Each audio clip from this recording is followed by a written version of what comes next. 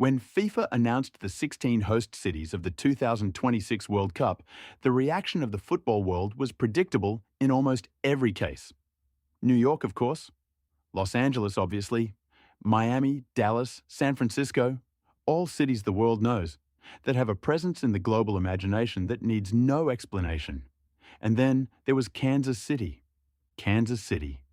At the exact geographical heart of the United States, on the border between Missouri and Kansas, a city of 2.5 million people that the football world knew mainly as the home of Sporting Kansas City, an MLS club that has never won the Champions League and has no players on the covers of European newspapers. A city that, when it was announced as a 2026 World Cup host, generated in many international supporters the same reaction. Kansas City? Seriously? Yes, seriously. And when those supporters arrive in the summer of 2026, they are going to understand very quickly why Kansas City not only deserves to be on that list, but is going to be one of the most memorable experiences of the entire tournament. The story of why Kansas City is so special begins, like so many American stories, with geography. Kansas City is in the center of the country.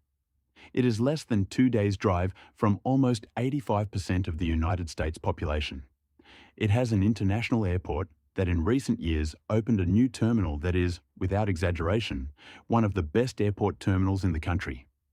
And it has a culture of hospitality and welcoming visitors that is recognized across the country as something genuine, something that is not manufactured for tourists, but forms part of the character of the city. The stadium where the matches will be played is GEHA Field at Arrowhead Stadium, which for the World Cup becomes Kansas City Stadium. Arrowhead, as everyone knows it, is the home of the Kansas City Chiefs, the most dominant American football team of recent years, the team of Patrick Mahomes, the quarterback who has taken the Chiefs to 4 Super Bowls in the last 5 years and has turned Kansas City into the hottest sports city in the United States right now. The stadium holds nearly 80,000 people and has a reputation that goes beyond American football. Arrowhead has been scientifically measured as one of the loudest stadiums in the world. In 2014, Chiefs fans set a Guinness World Record for crowd noise in a sporting stadium by exceeding 142 decibels. To put that in perspective, a jet aircraft at 30 meters produces approximately 140 decibels. Kansas City is going to be deafening during the World Cup. And which matches are played there? Kansas City Stadium hosts 6 matches. On June 16th, Argentina against Algeria from Group J. On June 20th, Ecuador against Curaçao from Group E.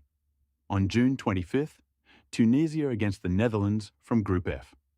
On June 27th, Algeria against Austria from Group J. On July 3rd, a round of 32 match. And on July 11th, a quarterfinal. Sky Sports. The match on June 16th deserves a paragraph of its own.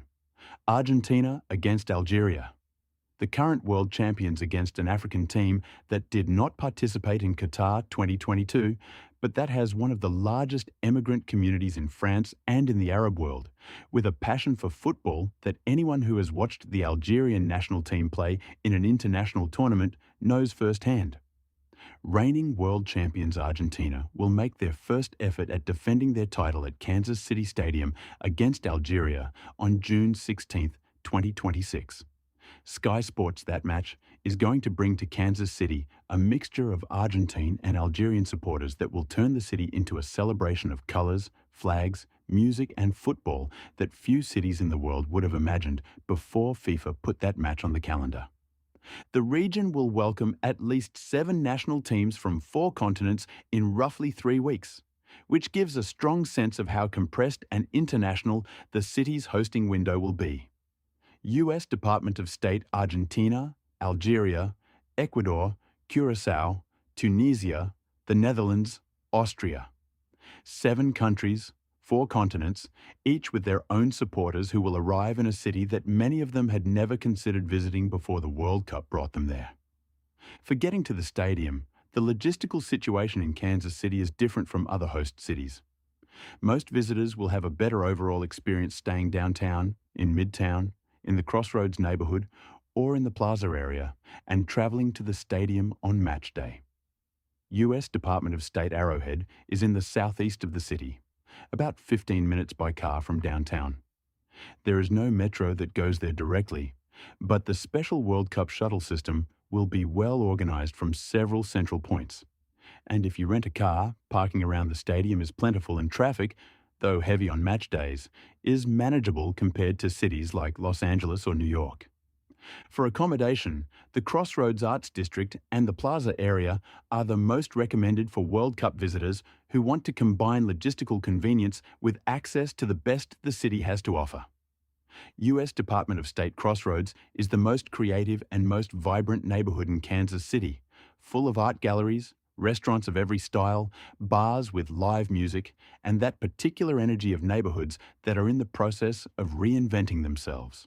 The Plaza area, known as the Country Club Plaza, is a neighborhood of Spanish-inspired architecture, with boutiques, restaurants, and top-tier hotels that has the curious particularity of being partially designed with inspiration from the city of Seville, Spain.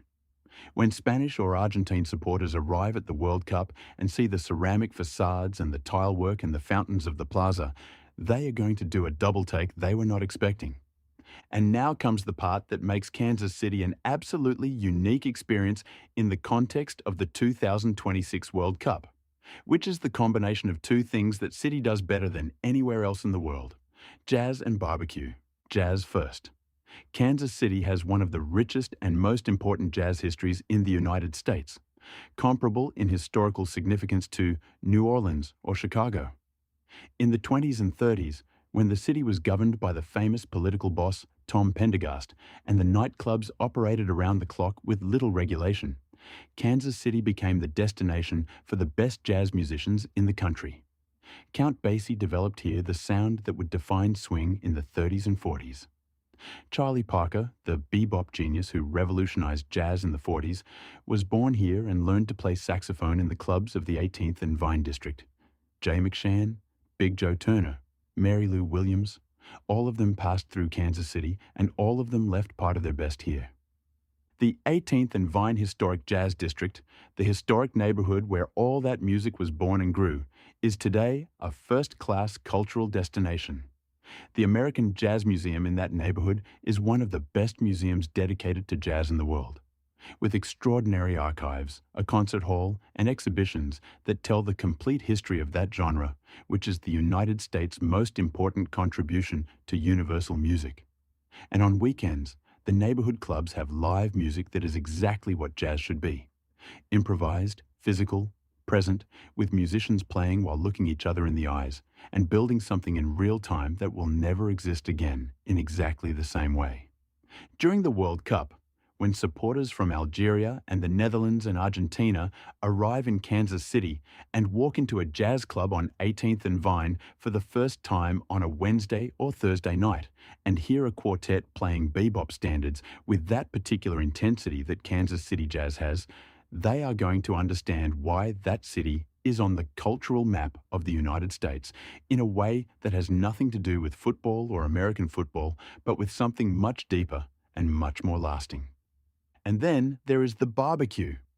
Kansas City has a relationship with barbecue that is almost religious.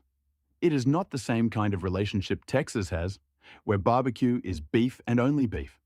Kansas City has a more eclectic and more elaborate barbecue tradition that includes pork, chicken, veal, and ribs, all marinated in sauces that are often jealously guarded family secrets passed down through generations.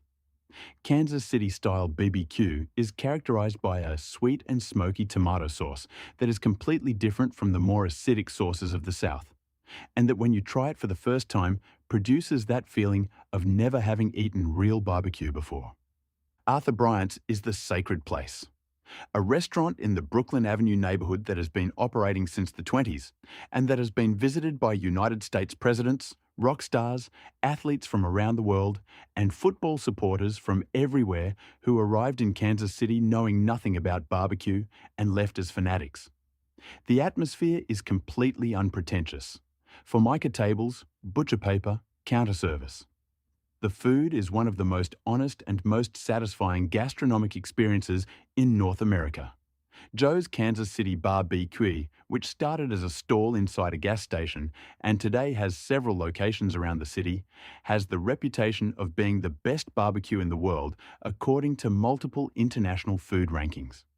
Its burnt ends, the crispy tips of the brisket with a double layer of sauce and double smoking time, are one of those dishes that appear on lists of things to eat before you die. But Kansas City is not only jazz and barbecue, though that alone would be enough to justify a trip.